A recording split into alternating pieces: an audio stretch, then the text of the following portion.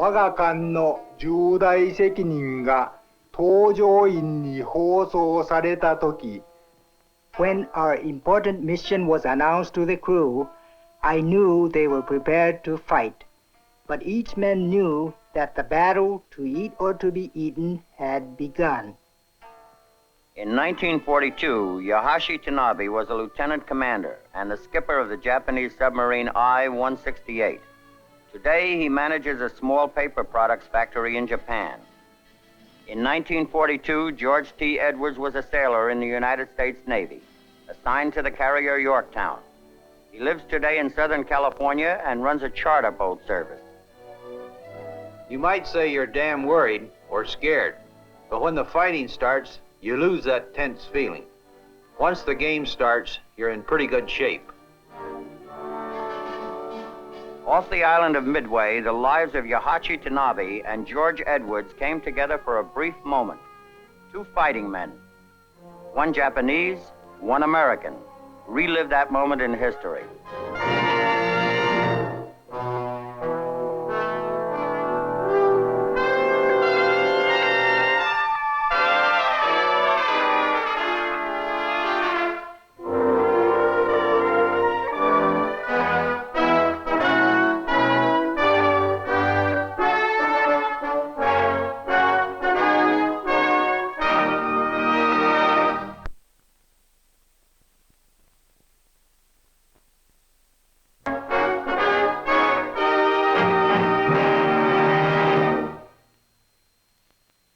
I'm Jim Bishop.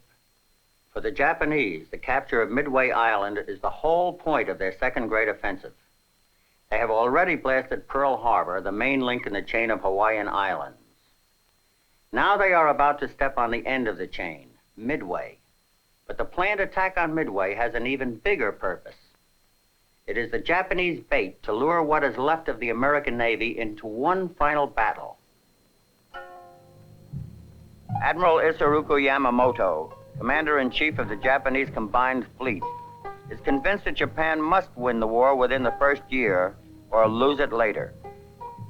He is also certain that if he can destroy the American fleet in a decisive battle, the war is won. The Japanese assume that the American fleet will be drawn out to defend Midway Island, the guardian outpost of Hawaii. The objectives call for a diversionary attack on the Aleutians, the invasion of Midway, and luring the American fleet into battle.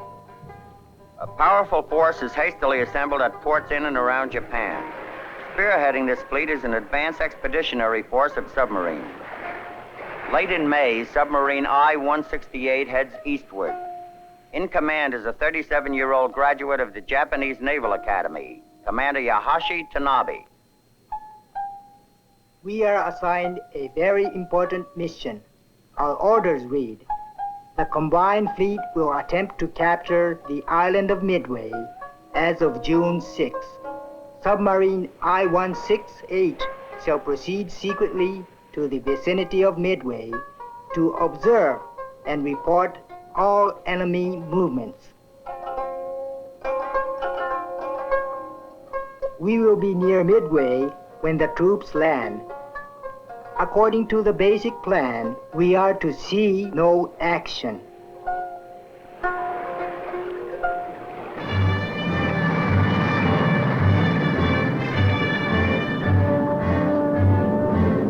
American strategy is based on the assumption that Japan has chosen Midway as a target.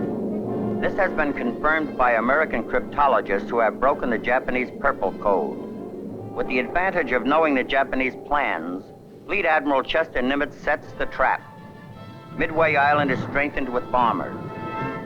After the Japanese have been located by the land-based Midway forces, they are to be hit by planes from the hidden American carriers. Task Force 16, comprising the last two operational carriers, Hornet and Enterprise, are called north at top speed. The day before the American force sails, the carrier Yorktown, damaged in the Coral Sea, limps into Pearl Harbor. Aboard the Yorktown since 1939 is Seaman George Edwards, assigned to Torpedo Squadron 5. We've been at sea 104 days this time. and were returning with quite a bit of damage. A 1,000-pounder went clear through the third deck and exploded. When we move into the yards, there is a lot of scuttlebutt about this thing with Midway. Whatever we might be thinking, everybody just bears a hand. Nobody leaves the ship, not even the old man. It is estimated that repairs will take 90 days. But with the battle imminent, 1,400 workers complete the job in 2 days. The hastily repaired Yorktown leads the second task force to sea. May 31st, the American task forces reach Point Luck, a position 300 miles northeast of Midway. The officers and men are told an attack for the purpose of capturing Midway is expected.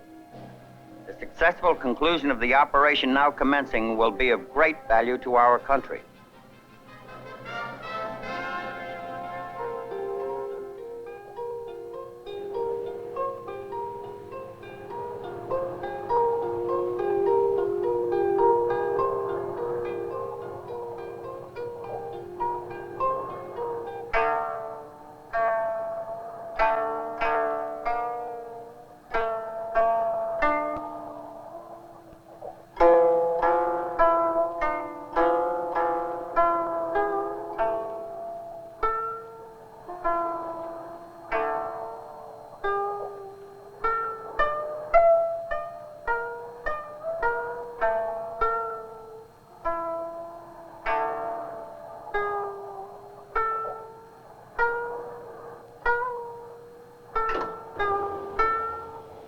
We move up very close to the mouth of the bay and make observations of the land installation and the movement of the troops. It appears that the enemy is patrolling the neighboring seas. June 3rd, a lone Catalina bomber from Midway spots the Japanese invasion transports. The report is radioed in and a flight of B-17s are ordered out. First encounters caused little damage among the Japanese fleet. At 4:30 a.m. June 4th, the Japanese launched their attack against the Midway Atoll, only 240 miles distant. The first wave of planes leaves in rapid succession from the flight decks of Kaga, Hiryu, Soryu, and Akagi. The Battle of Midway has begun.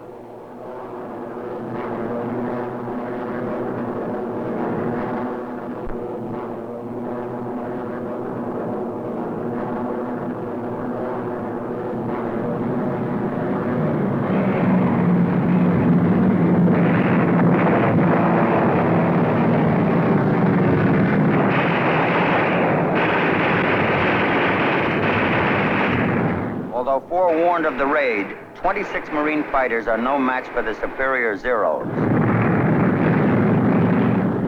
24 are shot down or badly damaged.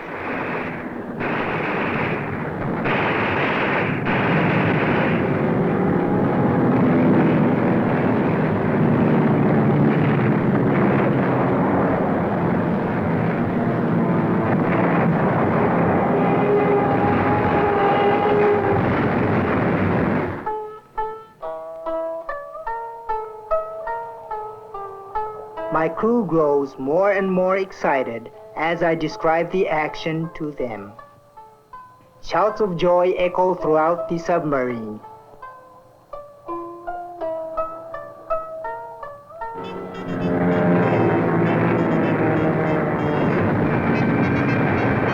The attack lasts only 20 minutes. It has wrecked most of the Marine facilities, but causes only minor damage to the airstrips. The Japanese conclude that Midway requires one more strike before invasion.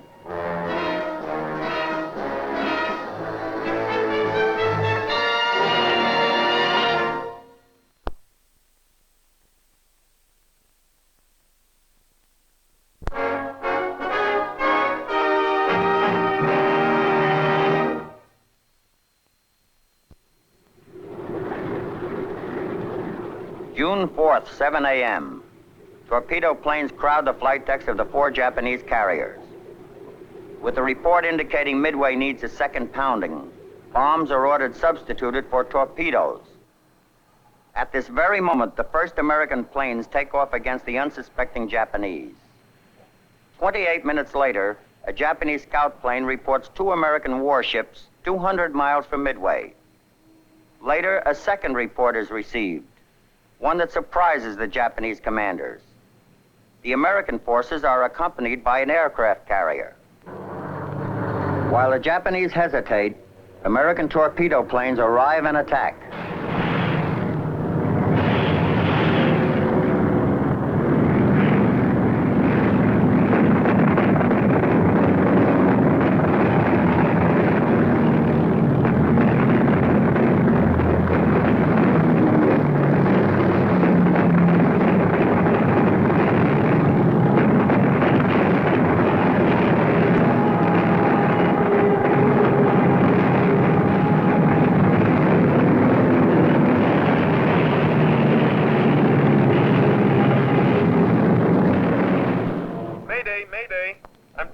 They got Sherman. Bail out.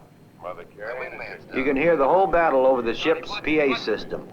You can hear the guys talking about what plane they're in. The whole thing.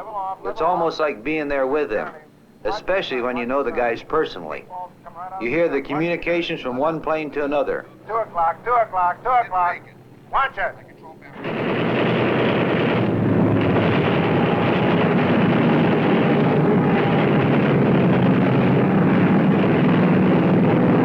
The Japanese carriers are attacked. The American bombers are without the protection of fighters. Of the 15 planes from Hornet, all are shot down. Of the 12 Yorktown torpedo planes, 10 are lost. Of the 14 planes from Enterprise, only 4 survive.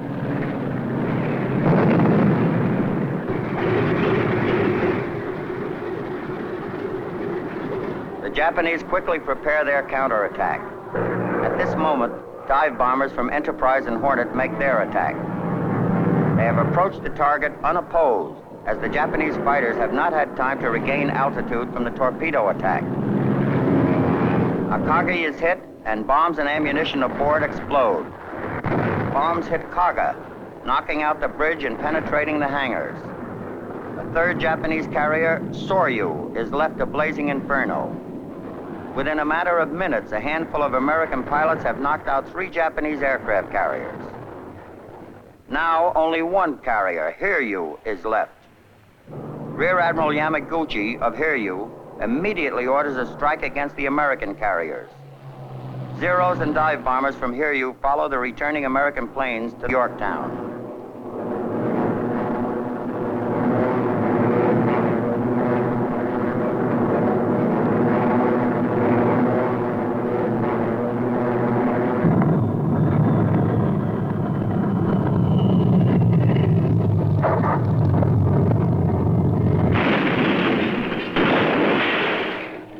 They're getting closer. You feel tense. There's quite a strain in your stomach. Your mouth gets dry, and then you see them.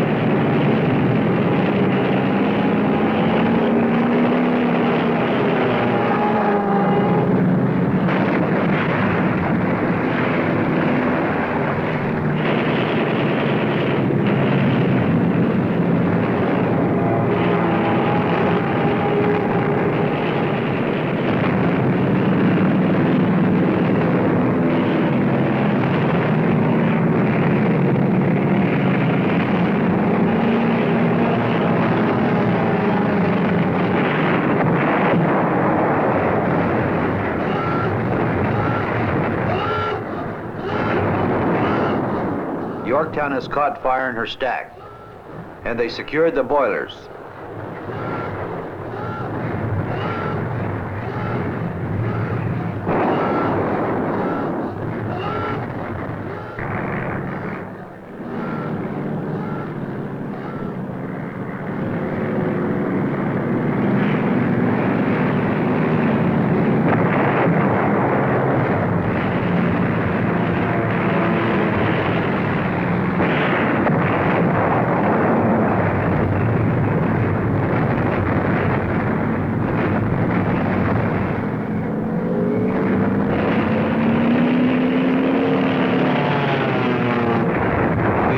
struck in the side and hard hit.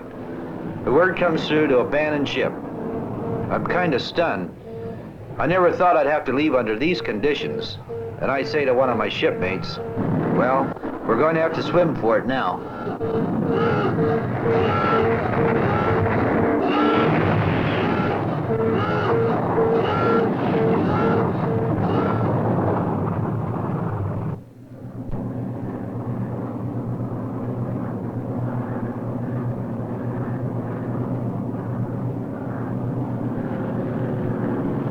Five p.m. American planes from Enterprise come in out of the sun and attack.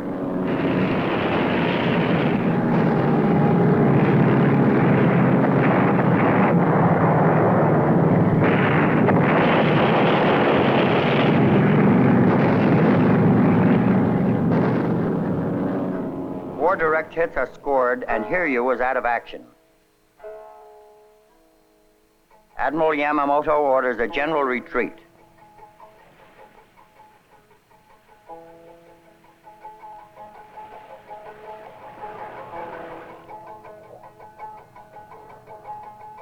Frightening news has come to us over our radio antenna. The Soryu and Kaga have been sunk. Also, the Akagi and Hiryu. When I hear this news, a mixture of anger, disappointment, and fighting spirit boils within me.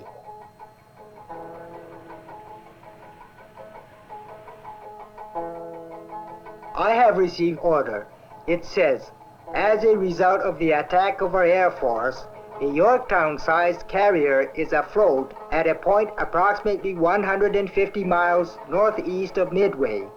Submarine I-168 shall move immediately to capture or sink it.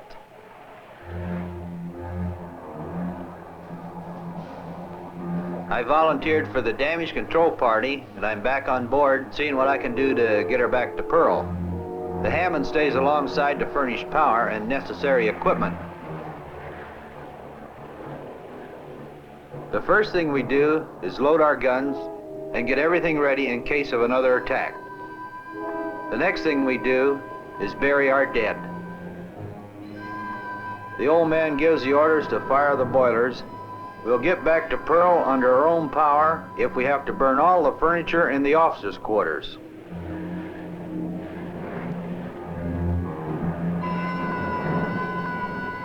My lookout sights the Yorktown. His voice is shaking with joy.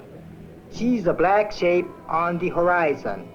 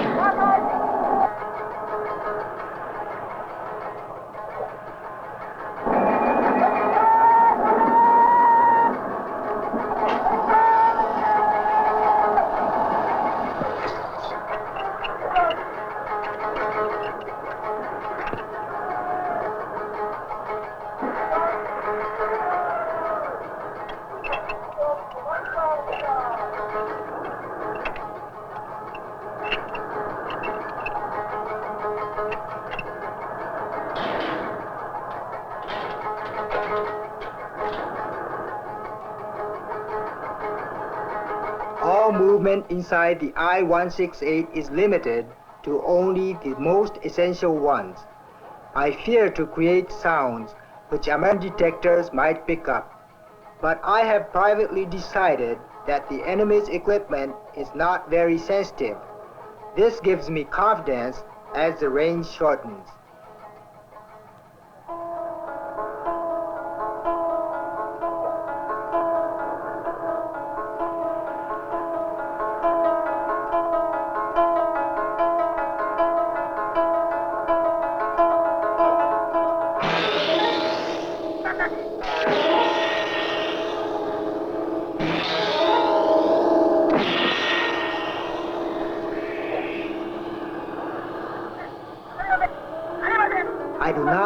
monitor the periscope. The torpedo's wake will soon indicate their course. If the I-168 is to die, I at least want the satisfaction of seeing that our target has been hit. We must succeed. There will be no second chance.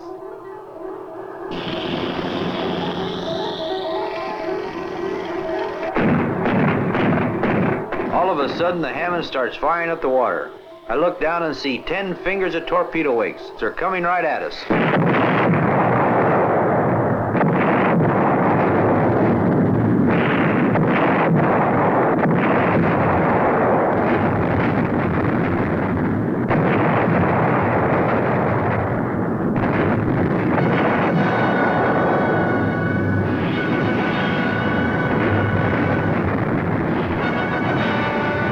I'm in the water, I'm in pain.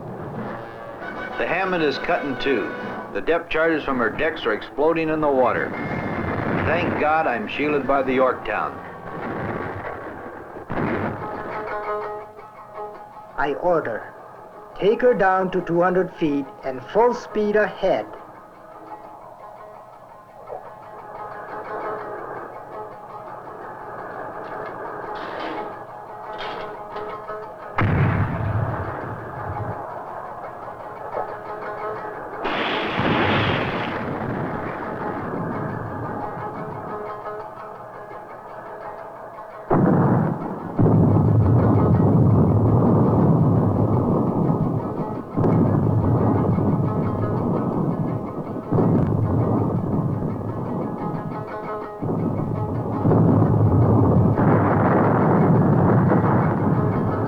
Throughout the night, American destroyers hunt the submarine without success. It is evident that the Yorktown is doomed. At 6 a.m. on June 7th, she begins to sink. They have closed the log officially. It is exactly 6 months to the day and the hour when Pearl Harbor was attacked. I'm on a destroyer nearby.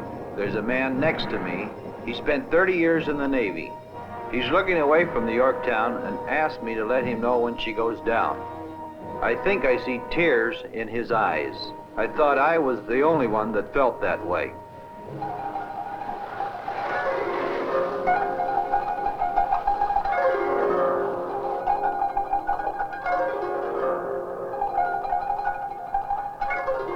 My heart is filled with a sense of appreciation for my crew. Truly, everyone did well. I feel the kind thoughts of the crew soaked throughout my body. I order the Chief Communications Officer to wire the combined fleet. I sank the Yorktown.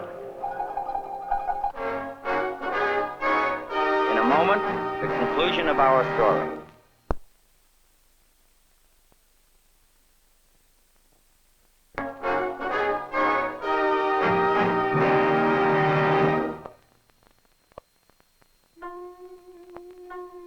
Following the Battle of Midway, Commander Yahachi Tanabe returns to Japan a hero. He will survive campaigns at Guadalcanal and the Solomons.